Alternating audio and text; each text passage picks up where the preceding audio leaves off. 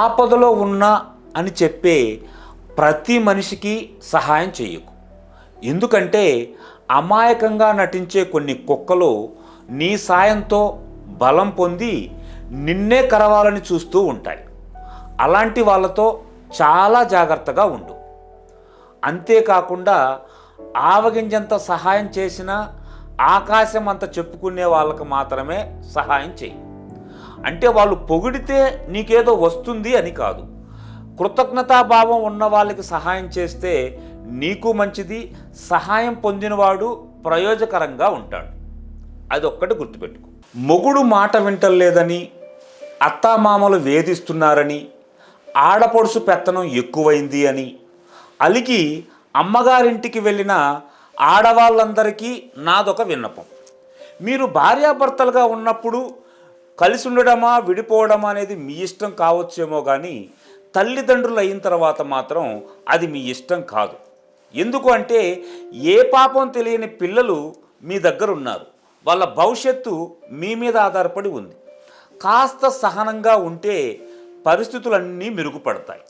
అంతేగాని చిన్న చిన్న గొడవలకి విడిపోతే కోల్పోయేది మీ జీవితం మాత్రమే. ఒక్క మాట చెప్పనా, ఒక్క ఛాన్స్ ఇవ్వాల్సింది ఇన్స్టాగ్రామ్లో పరిచయమైన వాళ్ళకో ఫేస్బుక్లో పరిచయమైన వాళ్ళకో కాదు, నీ భర్తకిచ్చి చూడు. ఏమో మారితే నీ జీవితం బాగుంటుంది, నీ పిల్లల భవిష్యత్తు బాగుంటుంది. ఒక్కసారి ఆలోచించండి. మీరు ఊపిరి తీసుకుంటున్నారా? మీరు నడవగలుగుతున్నారా? మీకు నీరు ఆహారం దొరుకుతుందా? రాత్రిపూట నిద్రపోతున్నారా? ఈ 4 క్వశ్చన్స్కి మీ సమాధానం అవును అయితే మీకు ఎటువంటి లోటు లేనట్టే. ఇక నుంచైనా సాకులు మానేసి పని చేయటం ప్రారంభించండి. ఇంతకాలం గాల్లో కట్టిన మేడలు చాలు. ఇక నుంచైనా వాటి కింద గోడలు కట్టి మంచి పిల్లర్స్ వేసి నీ జీవితాన్ని సాకారం చేసుకోండి. ఆడపడుచులందరికీ నేను చెప్పేది ఒక్కటే, మీ అన్నకి 10 సార్లు ఫోన్ చేసి మాట్లాడండి, తప్పు లేదు. కానీ మీ వదిన మీద చాడీలు చెప్పడానికే ఫోన్ చేస్తే పాడైపోయేది మీ అన్న సంసారమే. ఇప్పుడు మీకు మీ వదిన బాధ అర్థం కాకపోవచ్చు. రేపు ఇదే పరిస్థితి మీ వరకు వస్తే అప్పుడు తెలుస్తుంది మీ వదిన పడే బాధ. అందుకే దయచేసి మీ అన్నతో మాట్లాడండి, మీ తమ్ముడి యోగక్షేమాలు తెలుసుకోండి. అంతేకాని మీ వదిన మీద చాడీలు మాత్రం చెప్పకండి ప్లీజ్. కౌగిలి అంటే కామానికి చిహ్నం కాదు. మాటల్లో చెప్పలేని కొన్ని వేల అనుభూతుల్ని ఒక హృదయం నుండి ఇంకో హృదయానికి చేర్చే మౌనంతో కూడిన మానసిక ప్రేమాలయం.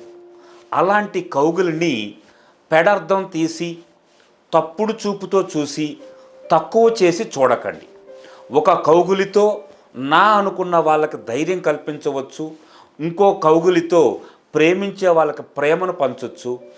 అంత మంచి కౌగిలిని, పాజిటివ్ వైబ్స్నిచ్చే కౌగిలిని తక్కువ చేసి చూడకండి. ఆకాశమంతా నీ మనసులో ప్రేమ ఎప్పుడూ చందమామే. కొన్నిసార్లు వెన్నెల్లా నిన్ను మురిపిస్తుంది, ఇంకొన్నిసార్లు అమావాస్యలా మాయమైపోతుంది. అంత మాత్రాన చందమామనే వద్దనుకుంటామా? లేదు కదా.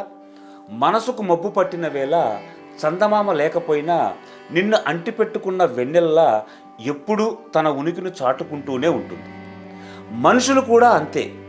నిన్ను ప్రేమించేవారైనా నువ్వు ప్రేమించేవారైనా ఎప్పుడు నీతో లేకపోయినప్పటికీ ప్రతి క్షణం ప్రతి నిమిషం నీ గురించి ఆలోచిస్తూ ఉంటారు.